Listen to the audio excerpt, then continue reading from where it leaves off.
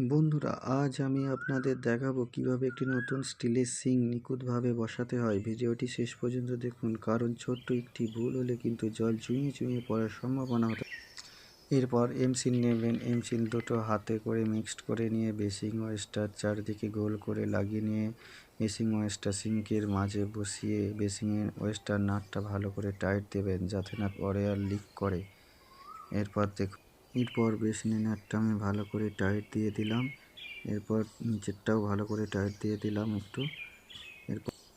এরপর সিঙ্ক অর্থাৎ সিঙ্কের কলটায় টেপরান লাগিয়ে দিলাম। মোটা করে লাগাবেন গোড়ার দিকে যাতে না জল পড়ে।